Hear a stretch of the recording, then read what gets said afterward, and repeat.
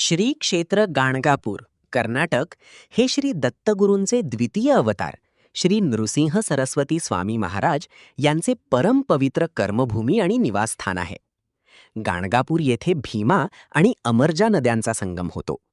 या पवित्र क्षेत्री अष्टतीर्थ, ज्याला अनेकदा अष्टकुलतीर्थ असेही संबोधले जाते, असून येथे स्नान करण्याचे अनन्यसाधारण महत्त्व आहे. गुरुचरित्रातील 49व्या अध्यायात या अष्टतीर्थांचे सविस्तर वर्णन आणि त्यांचे महत्त्व सांगितले आहे. या 8ही तीर्थांबद्दलची सविस्तर माहिती. नमस्ते मित्रांनो, मी इथे आलोय गाणगापूरला. दुपारची वेळ आहे. माझं मेन दर्शन तर दत्तगुरूंचं झालंय. आता मी अष्टकुल तीर्थ आहे इथे जातोय.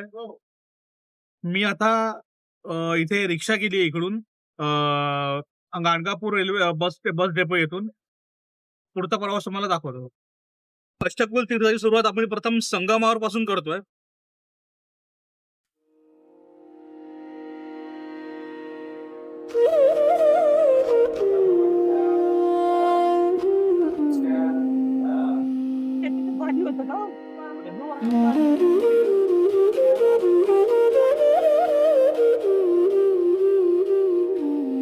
इथलं आता दर्शन करून मी आता नदीकडे संगमाकडे वळतो.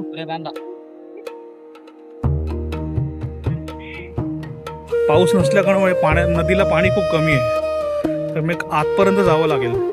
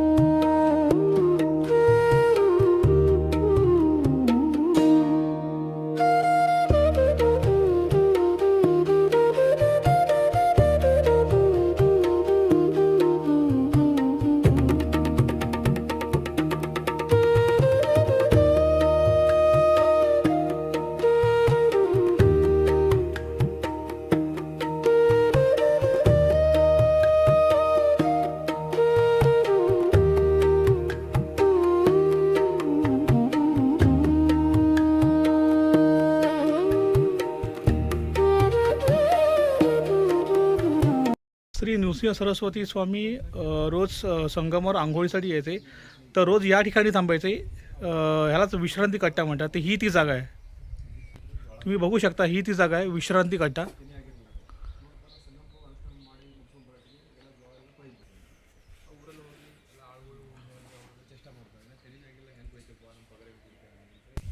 विश्रांती कट्टा इथलं दर्शन आता झालं आहे. आता आम्ही जातो भागीरथी तीर्थासाठी. आणि आणखी एक सांगायचं म्हटलं, हे आमचे रिक्षा ड्रायव्हर आहेत, शिवा म्हणून. आणि ही त्यांची ही रिक्षा आहे. मी तुम्हाला यांचा नंबर देईनच. तुम्ही कधी गाणगापूरला इकडे आला तर तुम्ही यांना कॉन्टॅक्ट करू शकता तुम्ही.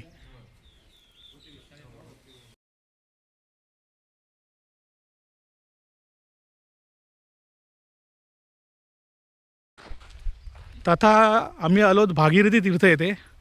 ह्यालाच वाराणसी तीर्थ देखील असं म्हणतात.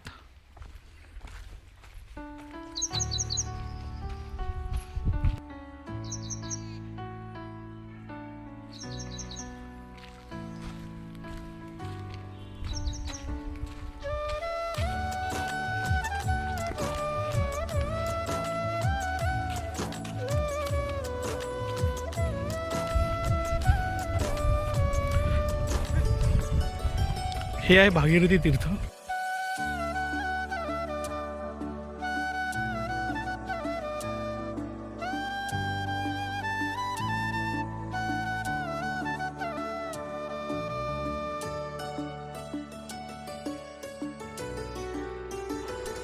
नदीच्या पाण्यामध्ये मगरीचं वास्तव्य असल्यामुळे मला बाहेरूनच स्नान करावं लागतं आहे.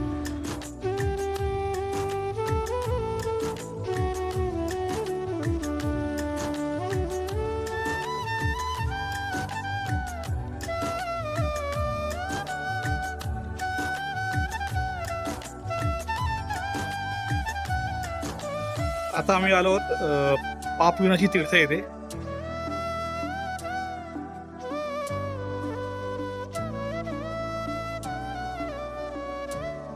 तीर्थाच्या बाजूला नरसिंह सरस्वती यांचं छान छोटंसं असं मंदिर आहे.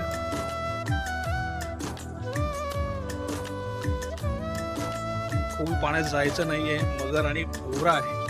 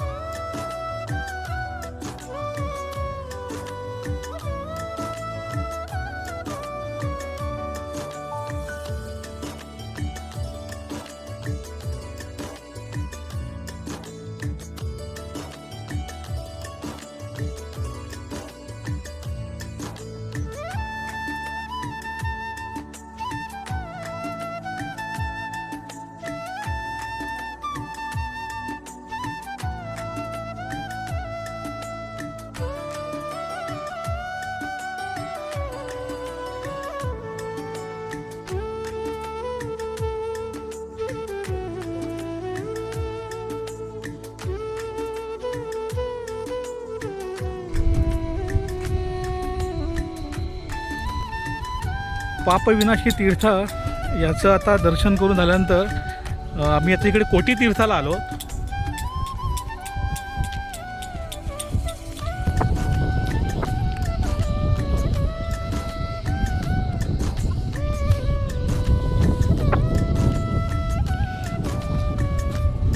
पापविनाशी तीर्थाला चिखलात म्हणजे चप्पल धुसली तर मला काढायला देखील मिळाली नाही. आता मला विदाऊट चप्पलच यावं लागतंय.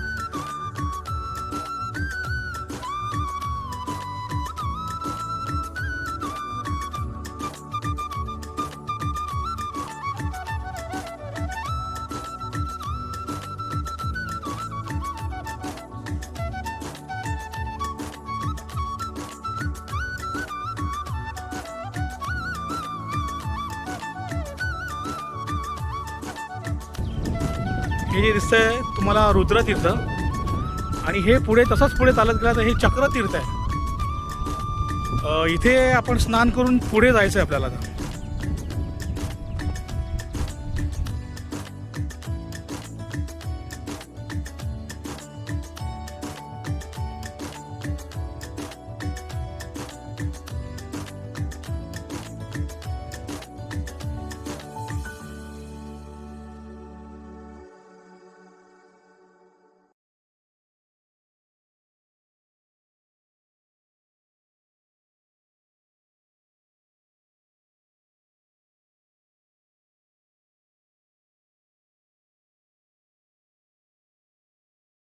आता हे आम्ही जातो चक्रतीर्थाला.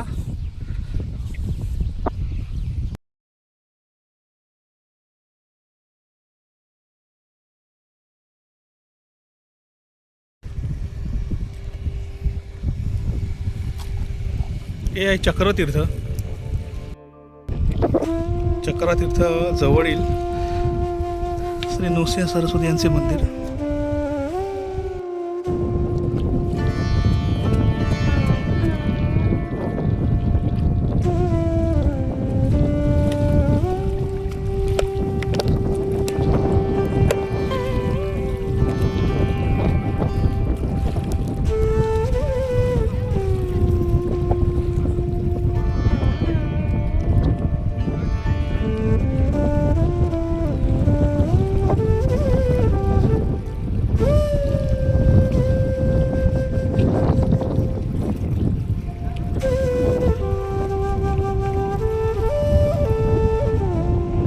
दर्शन करून झालं तर आम्ही शेवटचं मन्मथ तीर्थ इथे जातो आम्ही आता, आणि कल्लेश्वर महादेवाचं दर्शन घेण्यात येईल आणि शनी मंदिर देखील करण्यात येईल.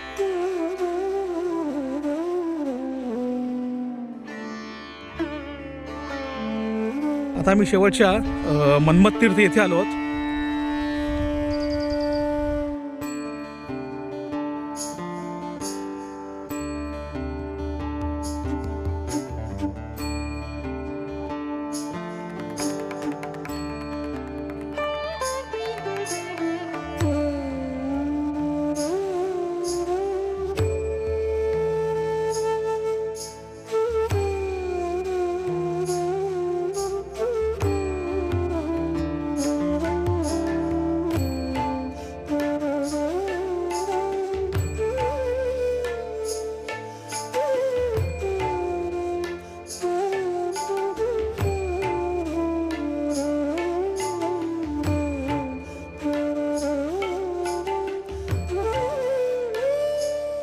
तीर्थामध्ये स्नान करून आता मी कल्लेश्वर मंदिरात जातो. तर आता आता आपण आलो आहोत कल्लेश्वर मंदिरामध्ये. इथे दर्शन घेण्याच्या पद्धती लिहिल्या आहेत. कशा क्रमाने दर्शन घ्यायचं ते. चला तर आपण तसं घेऊ दर्शन. तर हे मंदिर आहे पंचमुखी गजानन व नवग्रह मंदिर. हे दिसतंय ते पंचमुखी गणपती मंदिर आणि नवग्रह मंदिर आहे. तसंच इथे पुढे गेल्यावर शनी मंदिर आहे. शनी मंदिर आहे. इथून पुढे गेल्यावर कल्लेश्वर मंदिर आहे. हे जे दिसतंय ते कल्लेश्वर मंदिराचा मागचा भाग आहे.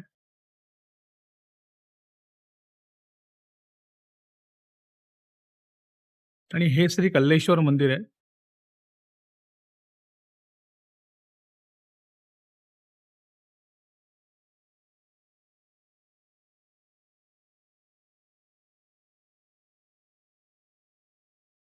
कल्लेश्वर मंदिर झाल्यानंतर हे दुर्गा पार्वती मंदिर आहे.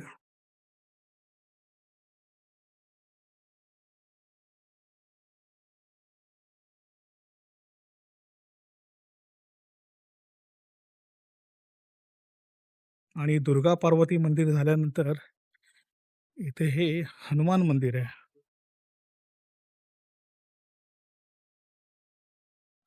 असं हे कल्लेश्वर मंदिर आहे इथे.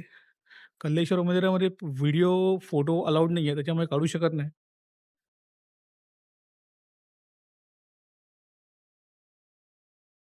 इथे छान असं भित्तिचित्र आहे.